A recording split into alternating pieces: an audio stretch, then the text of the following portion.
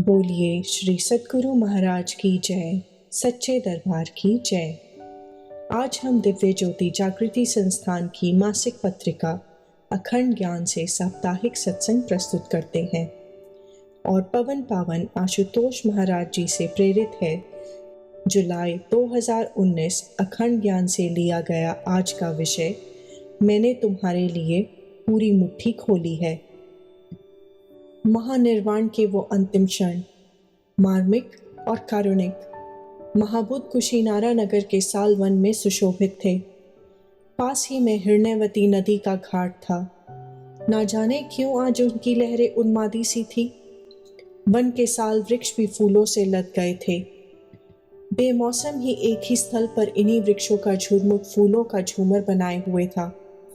महाबुद्ध ने उसी मोहक स्थल की ओर इशारा किया और भिक्षु आनंद से बोले, आनंद, उस साल वृक्ष के नीचे मेरा बिछावन लगा दो। सिरहाना उत्तर दिशा में रखना।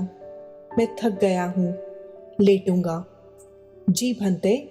आनंद ने शैया बिछाई। उस पर महाबुद्ध दाहिनी करवट लेकर लेट गए।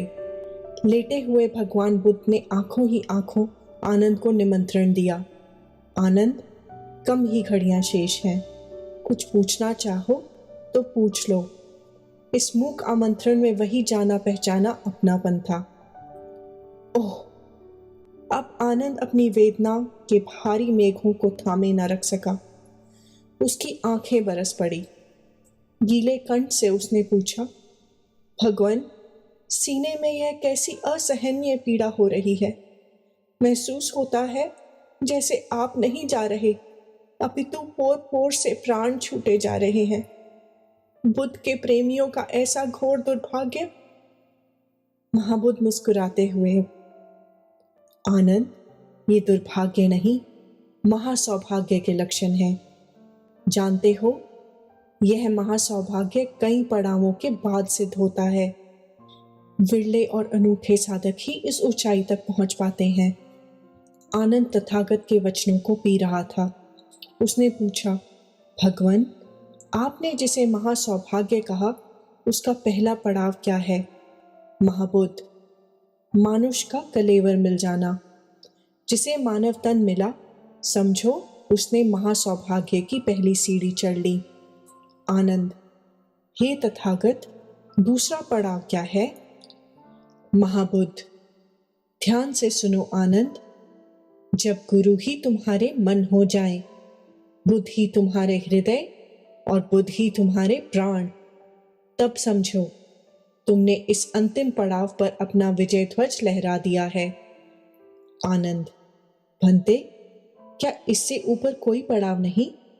महाबुद्ध, नहीं आनंद, यही महासौभाग्य का शिखर है।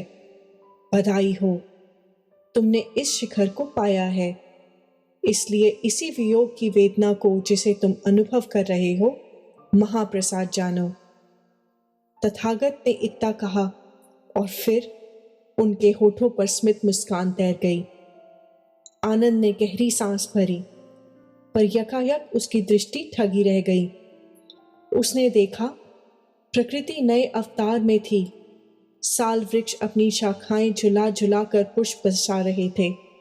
यही नहीं, दिव्य मंदार पुष्प भी आकाश से झरझर कर बुद्ध पर बिखर रहे थे। बुद्ध की शैया फूलों का बिछौना बन गई थी। हवा के झोंकों में चंदन चूर्ण घुल मिल गया था। उसी की सुगंधी से साल वन महक उठा था। दीर्घ निकाय में लिखा है कि उस समय दिव्य संगीत के तराने भी मध्यम मध्यम बजने लगे थे। यह दिव्य और विराट आरती के पल थे। महानिर्वाण से पहले प्रकृति अपने परम पुरुष का पूजन कर रही थी। ऐसा भव्य पूजन जिसमें महामाया का कण कण सम्मिलित था। आनंद की भीगी पलकें झपकना भूल गई थी। वह मूक साक्षी बना हुआ था। तभी भिक्षु उपवान वहां आया। उसने देखा, महाबुद्ध के मस्तक पर कुछ श्वेत बूंदे हैं, इसलिए वह सामने खड़ा होकर पंखा झलने लगा।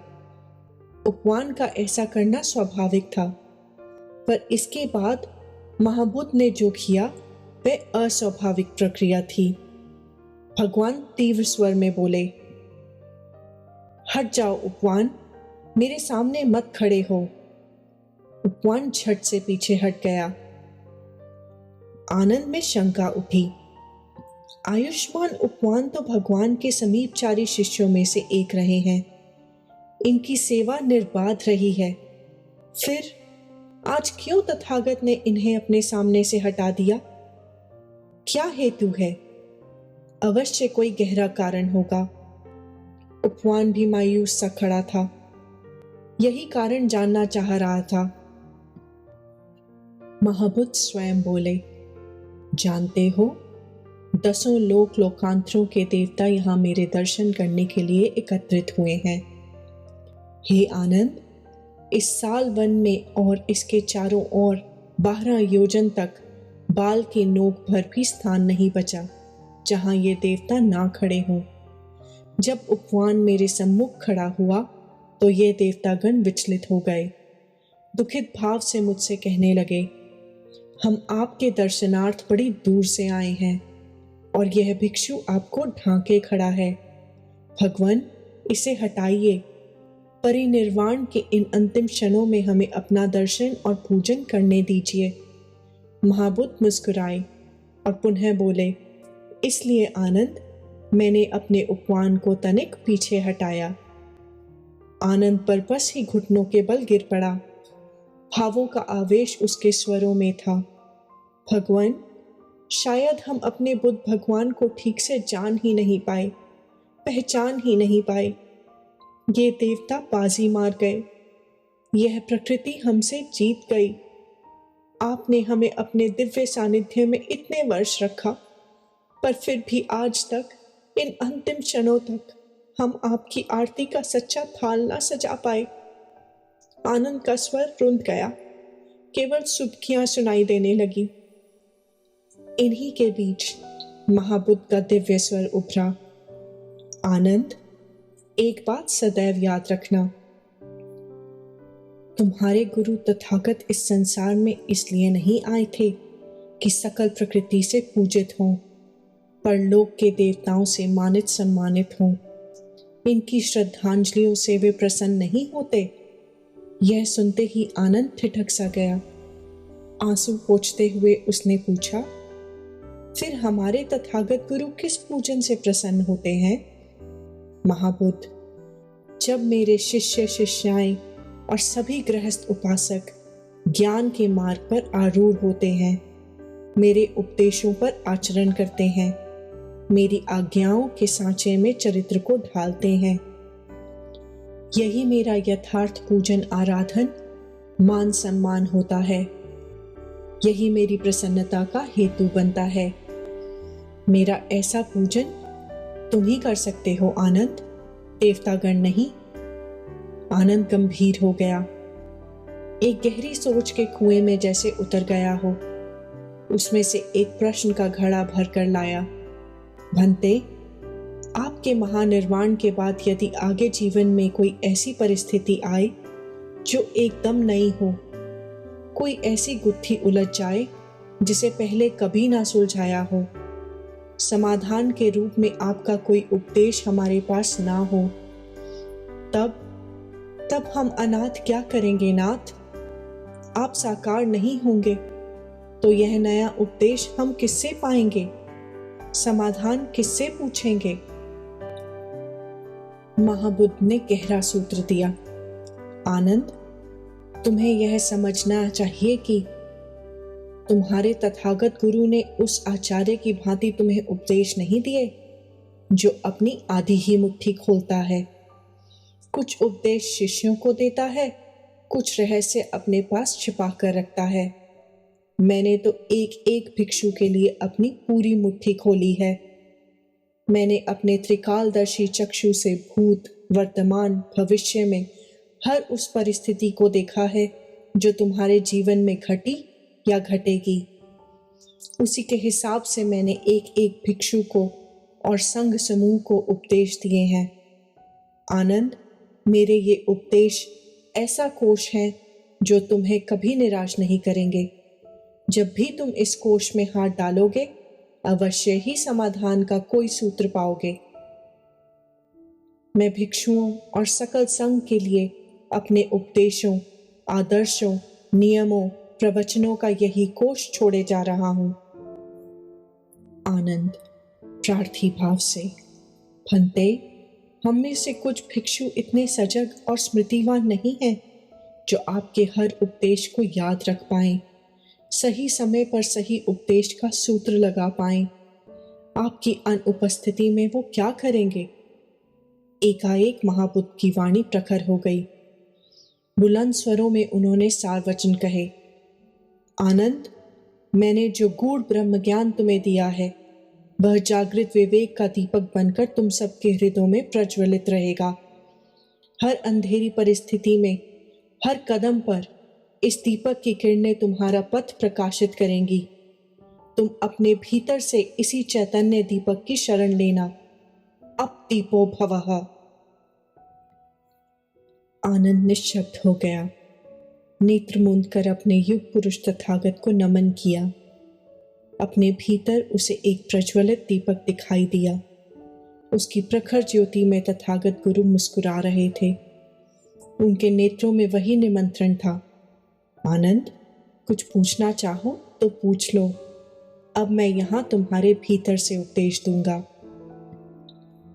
प्रिय पाठकगण, अब दीपो भवः, यही महाबुद्ध के सार वचन माने गए हैं। इनकी व्याख्या करते हुए कुछ विद्वान कहते हैं, अपना दीपक स्वयं बनो। किसी बाहरी गुरु या मार्गदर्शक की जरूरत नहीं है। यही भगवान बुद्ध की अंतिम आज्ञा थी। परंतु ऐसी संकीर्ण व्याख्या स्वयं उन तथागत बुद्ध के प्रति अन्याय है, जो हर युग में गुरु सत्ता बनकर इस धरा पर आते रहे हैं और आते रहेंगे। सर्वज्ञ और दयालु तथागत घोर अज्ञानता से भ्रमित इस संसार में एक महान चिकित्सक के रूप में प्रकट होते हैं। वे हमेशा संसार में प्रकट होते रहते हैं और परिस्थितियों के अनुरूप कार्य करते हैं, क्योंकि वे ही धम्म के स्वामी हैं। इसलिए महाबुद्ध के इन सार वचनों अब दीपो भवः को सही संदर्भ में समझना चाहिए। दरअसल उन्होंने यह वचन आनंद के समान अपने दीक्षित शिष्यों के लिए कहे थे, जो स्वयं उनके द्वारा ब्रह्म ज्ञान की दीक्षा को प्राप्त कर चुके थे। उन्हीं के लिए महाबुद्ध का यह उपदेश था, उन संसार वासियों के लिए नहीं जो अज्ञान तमस में भटक रहे हैं। ऐसे लोगों को तो समय के पूर्ण गुरु द्वारा ज्ञान दीक्षा लेकर पहले अपने भीतर यह आत्मिक दीपक प्रज्वलित करना पड़ेगा। यही सनातन नियम है। इस तरह के और अधिक लेख पढ़ने के लिए हमारी मासिक पत्रिका अखंड ज्ञान 3 भाषाओं हिंदी, अंग्रेजी और पंजाबी में उपलब्ध है। आप विवरण में उल्लेखित लिंक पर क्लिक करके पत्रिका की सदस्यता ले सकते हैं। धन्यवाद। बोलिए श्री सद्गुरु महाराज की जय, सच्चे दरबार की जय।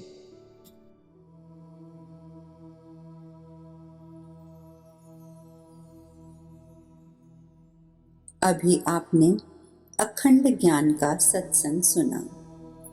सर्वप्रथम मैं इसके लिए आभार प्रकट करती हूँ और आपसे प्रार्थना करती हूँ कि आप सब विश्रामदायक स्थिति में बैठ जाएं।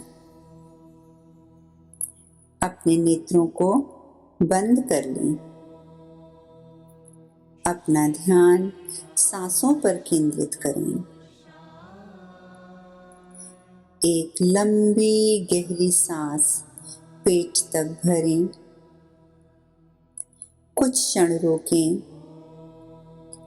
और अब पेट को अंदर खींचते हुए सांस को बाहर छोड़ दें।